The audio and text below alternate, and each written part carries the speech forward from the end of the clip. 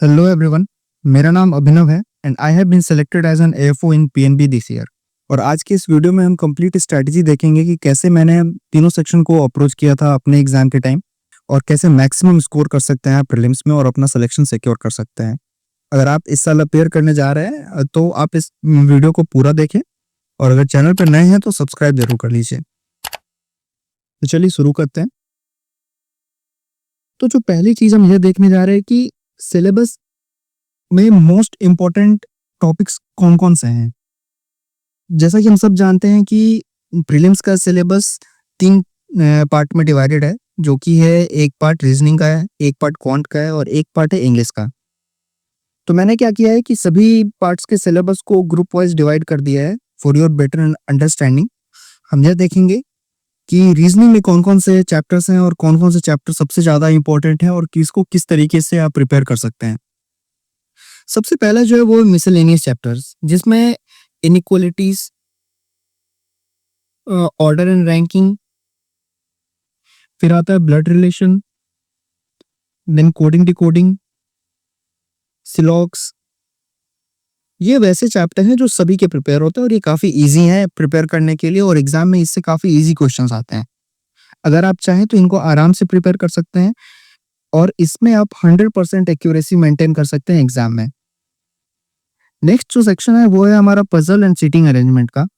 Puzzle और seating arrangement का ऐसा सीन है कि किसी का ये स्ट्रांग होता है और किसी बच्चों का ये वीक होता है। अगर तो ये आपका स्ट्रांग पोर्शन है तो काफ़ी बढ़िया है, आप बस प्रैक्टिस करें और ज़्यादा से ज़्यादा प्रैक्टिस करें और मॉक्स दें। बट अगर को आपका ये वीक है तो आप क्या कर सकते हैं, आप पहले कॉन्सेप्ट्स को पढ़ें, थ्योरी क्लासेस करें, कॉन्सेप्ट्स को ब्रशअप करें अपने।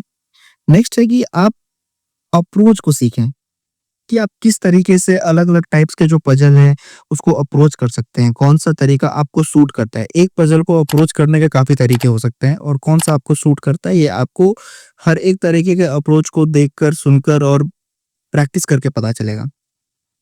जो अप्रोच आपके लिए सूटेबल है उसको सीखने के बाद उस पर आप जितना ज़्यादा प्रैक्टिस करेंगे आपके लिए टाइम मैनेज करना उतना आसान हो जाएगा और उसके बाद आपके लिए पजल और सीटिंग अरेंजमेंट सॉल्व करना उतना ही ईजी हो जाएगा। और जो लास्ट सेक्शन मैंने बनाया वो है input output and critical reasoning का। ये ऐसा चैप्टर है जिसको बच्चे नहीं देखते हैं। मैक्सिमम मैंने अपने तैयारी के टाइम यह देखा था कि मैक्सिमम बच्चे इसको छोड़कर चलते हैं, क्योंकि इससे एक तो लेंथी क्वेश्चन आते हैं और बच्चे ज़्यादा पढ़ना नहीं चाहते एग्जाम टाइम में। उनको लगता है कि ये टाइम वेस्ट होता है इससे। पर अगर आप मेरी माने तो ये इजी टॉपिक है, इससे नंबर आप अच्छा स्कोर कर सकते हैं। इनपुट आउटपुट आपको ऐसे चूज करना है एग्जाम में, अगर आपके लिए देखकर पता कर पाना आसान हो रहा है कि मतलब अगर पेपर में जो इनपुट आउटपुट का क्वेश्चन है अगर वो आपके लिए इजी लग रहा है देखकर कि 5-7 स्टेप में सॉल्व हो सकता है तो आप उसके लिए जाओ। बट अगर इनपुट आउटपुट का क्वेश्चन लेंथी है तो फिर आपके लिए वो कोई मतलब नहीं बनता, आप उसको छोड़ सकते हो। और बात रहा क्रिटिकल रीजनिंग के लिए, तो क्रिटिकल रीजनिंग का ये सीन है कि क्रिटिकल रीजनिंग बहुत ही ज़्यादा इजी है, बस आपको कॉन्सेप्ट्स क्लियर करने के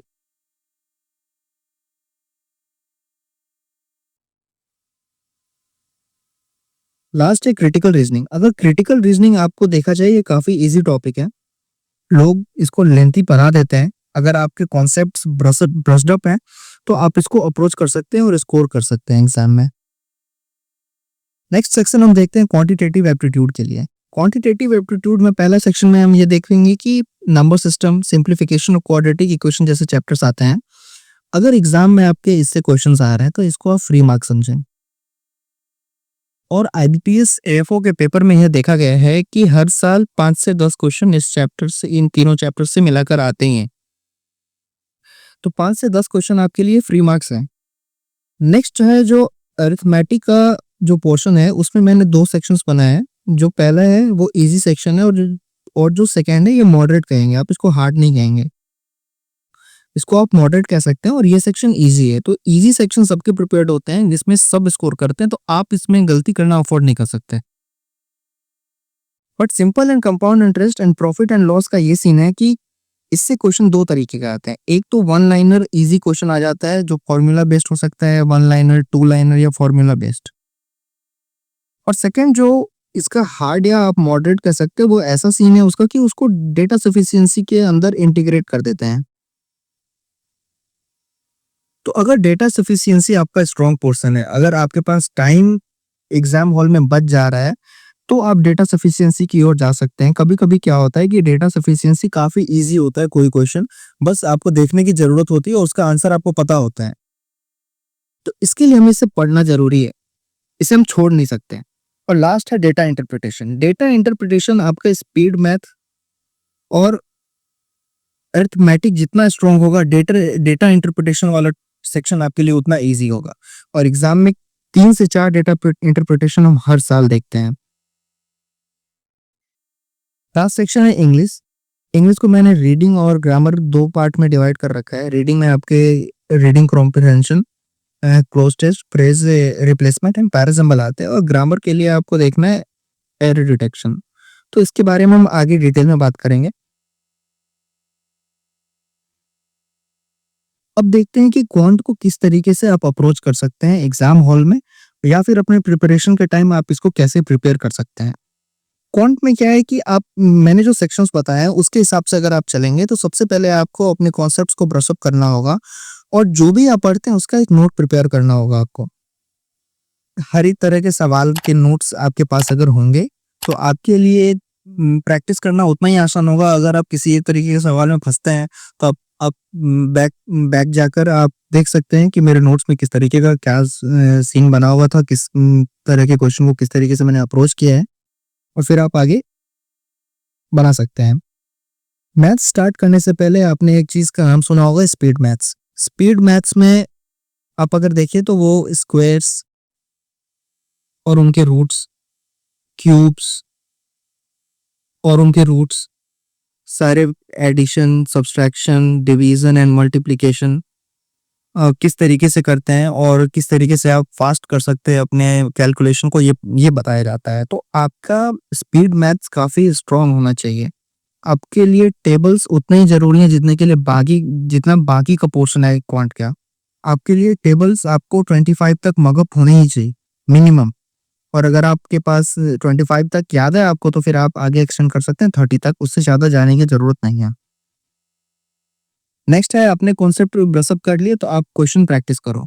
आप क्वेश्चन प्रैक्टिस जितना ज़्यादा करोगे उतना ज़्यादा आपके लिए ईज़ी हो जाएगा एग्ज़ाम में क्वेश्चंस को सॉल्व करना, और ये डिटेक्ट करना कि कौन-सा क्वेश्चन कम टाइम में बनाया जा सकता है और कौन-सा क्वेश्चन लेंथी है। और प्रैक्टिस करने से ही आपके पास स्पीड पे कमांड आ सकता है। अगर आप जितना ज़्यादा प्रैक्टिस करोगे और जितना कैलकुलेशन आपका स्ट्रॉन्ग होगा, आप टाइम वहीं पे बचा सकते हो। तो जितना ज़्यादा आप स्पीड मैथ्स को स्ट्रॉन्ग रखोगे और जितना ज़्यादा प्रैक्टिस करोगे, आपके लिए टाइम मैनेज करना उतना ही आसान हो जाएगा। अगर प्रैक्टिस करते टाइम अगर आपके पास कोई नया क्वेश्चन आता है, किसी नए कॉन्सेप्ट पे क्वेश्चन आता है, तो आप उसको ज़रूर नोट डाउन करें अपने कॉपी में। इस तरीके से क्या होगा कि अगर आपने कोई नए कॉन्सेप्ट के क्वेश्चन को अपने नोटबुक में कॉपी किया है या नोट डाउन किया है, तो आगे आने वाले सभी क्वेश्चंस जो उस कॉन्सेप्ट पे बेस्ड हैं, आपके लिए आसान हो जाएँगे। आपको एग्ज़ाम में उस तरीके के क्वेश्चन को फेस करने के लिए डिफ़िकल्टी नहीं होगी। आप आसानी से उस क्वेश्चन को फेस कर सकते हैं। नेक्स्ट हम बात करेंगे रीज़निंग सेक्शन के लिए। रीज़निंग सेक्शन में भी आपको सबसे पहले अपने कॉन्सेप्ट्स को ब्रश अप करना है, और जो कॉन्सेप्ट्स आपने सीखे हैं, उस पे डेली आपको रेगुलर प्रैक्टिस करना है। अगर आपका पज़ल और सीटिंग अरेंजमेंट का गेम वीक है, तो आप 10 पज़ल और सीटिंग अरेंजमेंट डेली प्रैक्टिस करो। इसका कोई और तरीका नहीं है कि आपका पज़ल और सीटिंग अरेंजमेंट पे किस तरीके से कमांड आ सकता है। Practice is the key. आप जितना प्रैक्टिस करोगे पज़ल को, और जितना सीटिंग अरेंजमेंट को, और जितने टाइप के आपको क्वेश्चंस मिलेंगे आगे, उतना आसान हो जाएगा आपके लिए पेपर में क्वेश्चंस को आइडेंटिफाई करना कि कौन से पज़ल डूएबल है और कौन से नहीं। कौन से पज़ल में कम टाइम लगेगा और कौन से पज़ल में ज़्यादा। बच्चे हमेशा इस चीज़ में फँस जाते हैं कि उन्होंने गलत पज़ल पिक कर लिया। 2-3 ट्राई में उनका हुआ नहीं, टाइम अलग वेस्ट हो गया और कॉन्फिडेंस अलग डाउन हो गया, तो वो आगे के पज़ल्स भी नहीं कर पाते हैं। और अगर किसी ने ईज़ी पज़ल पिक कर लिया, तो उसके लिए 5 नंबर रखे हुए हैं। आपको 100% एक्यूरेसी मेंटेन करनी पड़ेगी जो मिसलेनियस पोर्शन जो मैंने बताया है पहले उसमें, क्योंकि बच्चे इसमें अक्सर गलती नहीं करते हैं। अगर आप इसमें गलती कर रहे हैं तो आपके चांसेस है बहुत कम हो जाते हैं सिलेक्शन के। आप कट ऑफ के नियर स्कोर करके आप सिक्योर नहीं हो सकते हो अपने सिलेक्शन को लेकर। अगर आपको पता होगा कि आपने प्रीलिम्स में अच्छा स्कोर किया है और आपके अच्छे स्कोर आने वाले हैं, तभी आप मेंस के लिए बढ़िया से पढ़ पाओगे। अगर आप कट ऑफ के आसपास स्कोर करके चल रहे हो तो आपके मन में हमेशा ये आशंका बनी रहेगी कि आप सेलेक्ट हो गए या नहीं, और जिस वजह से आपके मेंस के प्रिपरेशन के ऊपर इफेक्ट आएगा। नेक्स्ट ये है कि आप क्रिटिकल रीजनिंग को कभी इग्नोर नहीं कर सकते। क्रिटिकल रीजनिंग एक ऐसा पोर्शन है जो आपको एक एक्स्ट्रा एज देगी अपने प्रिपरेशन में और एग्जाम हॉल में। क्रिटिकल रीजनिंग को बच्चे छोड़ देते हैं लेंथी समझ के, बट आप यकीन मानो ये ऐसा पोर्शन अगर आपने एक बार कॉन्सेप्ट क्लियर कर लिया क्रिटिकल रीजनिंग के, तो आपको ये पढ़ने के बाद, क्वेश्चंस पढ़ने के बाद आपको आंसर मालूम होंगे अपने माइंड में और आप तुरंत कर सकते हो। मिनट भर में आप 2 क्वेश्चंस लगा सकते हो इसके। तो आपको क्रिटिकल रीजनिंग कभी नहीं छोड़ना है, क्रिटिकल रीजनिंग आपको करना है। अगर आप चाहते हैं कि क्रिटिकल रीजनिंग की क्लासेस आए इस चैनल पे तो आप कमेंट में लिखकर बताएं। हम ट्राई करेंगे कि क्रिटिकल रीजनिंग की क्लासेस लाए जाए आपके लिए। नेक्स्ट हम देखेंगे कि इंग्लिश के लिए क्या अप्रोच होना चाहिए। जैसा आप सभी को पता है कि इंग्लिश में 2 तरीके के पोर्शन होते हैं, एक रीडिंग का पोर्शन होता है और एक ग्रामर का। रीडिंग पोर्शन को स्ट्रॉन्ग करने के लिए आपको मैगजीन्स या फिर न्यूज़पेपर आपको पढ़ना ही होगा। जितना ज़्यादा आपका रीडिंग एबिलिटी स्ट्रॉन्ग होगा, आप उतना जल्दी स्कोर कर सकते हो रीडिंग कॉम्प्रिहेंशन को पढ़ के और उसको सॉल्व करके। रीडिंग कॉम्प्रिहेंशन 2 आते हैं, सबको पता है 2, 20 क्वेश्चंस और 10 मार्क्स। अगर को आपने इसमें 14 क्वेश्चंस भी कर लिए तो आपके 7 मार्क्स बनते हैं, और 7 मार्क्स तो इंग्लिश का कट ऑफ भी नहीं जाता जनरली कभी। अगर 3 सेक्शन में आपके 2 सेक्शन स्ट्रॉन्ग हैं, अगर आपके 2 सेक्शन स्ट्रॉन्ग है तो आपको इंग्लिश में कट ऑफ क्लियर करना होगा, ओवरऑल कट ऑफ को अचीव करने के लिए। और आपके पास अगर रीडिंग एबिलिटी स्ट्रॉन्ग है आपकी, तो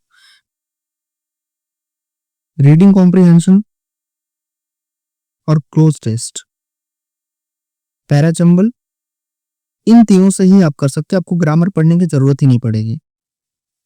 बट हम क्योंकि देख रहे हैं कंप्लीट स्ट्रेटेजी, तो हम शेयर करेंगे आपसे कि किस तरीके से आप ग्रामर और रीडिंग कॉम्प्रिहेंशन दोनों को देख सकते हैं। रीडिंग के लिए आपको न्यूज़पेपर और मैगजीन्स देखना ही होगा आपकी वोकैबुलरी और रीडिंग एबिलिटी को बढ़ाने के लिए। आप जितना जल्दी रीड करके आप समझ पाओगे, किसी भी पैराग्राफ को इंटरप्रेट कर पाओगे कि किस तरीके से क्या कहना चाह रहा है पैराग्राफ और क्या उसका जिस्ट है, उतना जल्दी आप रीडिंग कॉम्प्रिहेंशन के क्वेश्चंस को सॉल्व कर पाओगे, उतनी ज्यादा आपकी वोकैबुलरी स्ट्रांग होगी। ग्रामर के लिए क्या है कि अननेसेसरी आपको रूल्स मदद नहीं करने हैं। जितना मैंने देखा है कि एएफओ में जो ग्रामर आता है ना, वो इंट्यूशन का गेम होता है, ज्यादा रूल्स का गेम कम होता है। अगर आपको इंट्यूशन डेवलप करना है तो आपको अपनी रीडिंग एबिलिटी स्ट्रॉन्ग करनी पड़ेगी। जितना ज्यादा आप न्यूज़पेपर पढ़ोगे, जितना ज्यादा मैगजीन पढ़ोगे, उतना ज्यादा आपको यह पता चलेगा कि सेंटेंस का स्ट्रक्चर किस तरीके का है। कौन सा सेंटेंस के स्ट्रक्चर को देखने के बाद ही आपको पता चल जाए कि यह सेंटेंस गलत है, सही है, किस तरीके का है। तो आपको अननेसेसरी रूल मगअप नहीं करने हैं। ज्यादा रूल्स आप एग्जाम टाइम पे माइंड में नहीं ला पाओगे। और जितना भी ग्रामर का पोर्शन है, आप उसको एक बार जरूर देखो, प्रैक्टिस जरूर करो, अननेसेसरीली रूल्स मत मगअप करो। और प्रैक्टिस के लिए क्या है कि आप 1 से 2 आरसी रोज प्रैक्टिस कर सकते हो। 1 से 2 आरसी आप रोज प्रैक्टिस करो। क्लोज टेस्ट 1-2 आप रोज प्रैक्टिस करो। आधे घंटे का टाइम लगेगा, आप रोज प्रैक्टिस कर सकते हो इसको। नेक्स्ट हम ये देखेंगे कि आप टाइम मैनेज कैसे कर सकते हो। अगर तो आप बिगिनर हो तो आपको सबसे पहले अपने प्रीलिम्स को देखना है। आप शुरू के 3-4 महीने प्रीलिम्स को दो कंप्लीटली। इसमें क्या करना है आपको, कॉन्सेप्ट कंप्लीटली ब्रशअप करना है आपको।